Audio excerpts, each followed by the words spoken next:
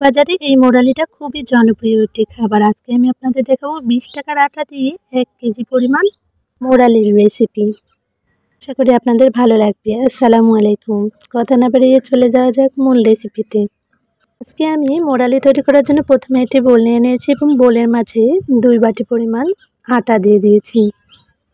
আটা দেওয়া হয়ে গেলে এর মাঝে আমি হাফ চামচ পরিমাণ লবণ দিয়ে দিয়েছি আর দেব রান্নার সাদা তেল। এরপর আমি হাতের সাহায্যে তেলটি এবং লবণ আটার সঙ্গে খুব ভালোভাবে মিশিয়ে নেব। যত বেশি মেশানো হবে তত বেশি মোরালিটি কিসকিয়ে থাকবে। আপনারা দেখতেই পাচ্ছেন হাতের মুঠোয় এসেছে। এই পর্যায়ে আমি কিছু পানি দিয়ে দেব এবং হাতের সাহায্যে খুব ভালোভাবে একটি ডো তৈরি করে নেব। একটু সময় নিয়ে খুব ভালোভাবে ডোটি তৈরি করতে হবে। ডোটি যত ভালো হবে মোরালিটিও তত ভালো হবে। এরপর এখানে আমি অল্প কিছু পরিমাণ কালো জিরে দিয়ে দেবো, এতে করে মোরালিটি খেতে খুবই ভালো লাগবে। এরপর আমি একটি পিঁড়ের মাঝে ডোটিকে নিয়ে নিয়েছি এবং ডোটিকে খুব ভালোভাবে মথে নিয়ে একটি রুটির আকৃতি করে নেব। এটা অবশ্যই খুব বেশি পাতলাও হবে না আবার মোটাও হবে না, এরকম করে নেব। আপনারা দেখতেই পাচ্ছেন আমার এটি করে নেওয়া হয়ে গেছে। পর্যায়ে আমি এটি চাকুর সাহায্যে মোরালির আকৃতি করে কেটে নেব। আপনারা দেখতেই পাচ্ছেন আমি কিভাবে কেটে নিয়েছি। আপনারা চাইলে আরও চিকন করে কেটে নিতে পারেন, তবে এভাবে করলে আমার কাছে বেশি ভালো লাগে। কেটে নেওয়া হয়ে গেলে এবার আমি একটি প্লেটের মাঝে সবগুলো মোরালিকে তুলে নেব।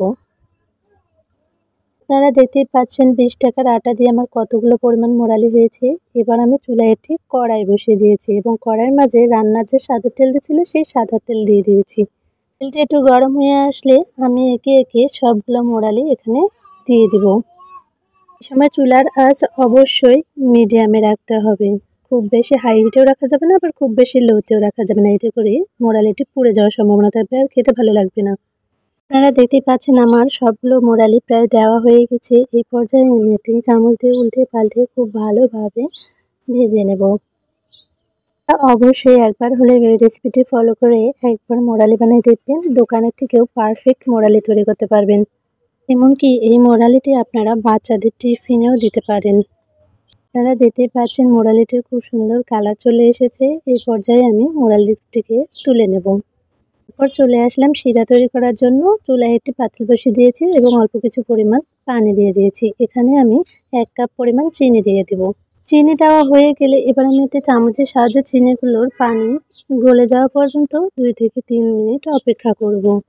শিরাটি একটু ঘন হয়ে আসা পর্যন্ত অপেক্ষা করব। আপনারা দেখতেই পাচ্ছেন আমার শিরাটি কেমন ঘন হয়ে এসেছে। এই পর্যায়ে আমি আগে থেকে যে ভেজে রেখেছিলাম মোরালিগুলো, সেই মোরালিগুলোকে এখানে দিয়ে দিব।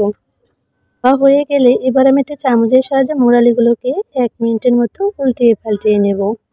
গরম অবস্থায় একটা আরেকটার গায়ে লেগে যেতে পারে, কিন্তু ঠান্ডা হয়ে গেলে অবশ্যই ছেড়ে দেবে। এভাবেই তৈরি হয়ে গেল আজকের আমার এই মোরালি রেসিপিটি।